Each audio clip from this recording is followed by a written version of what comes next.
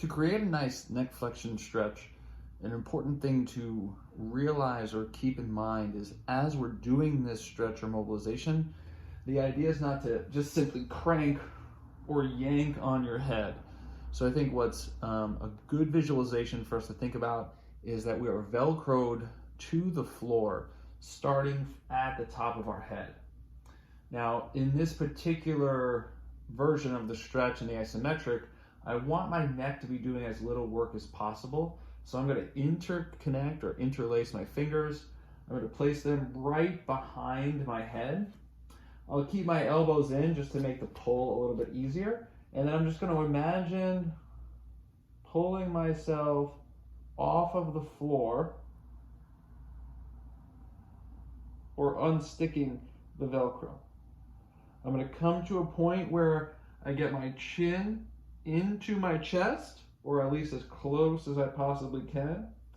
And then from here, I can sort of play with the effort in the back of my shoulders and maybe increase or bow a little bit more of the stretch. So I can sort of micro adjust this, see how I feel, a little bit more tension, as long as it's not increasing any of my sensitivity or pain. Once I get into a good stretch, maybe like a 5 or 6 out of 10 in terms of overall feeling, I'm going to hold here for 1 to 2 minutes. After 1 to 2 minutes, I'm going to take my head and I'm going to start to push it into the back of my hands.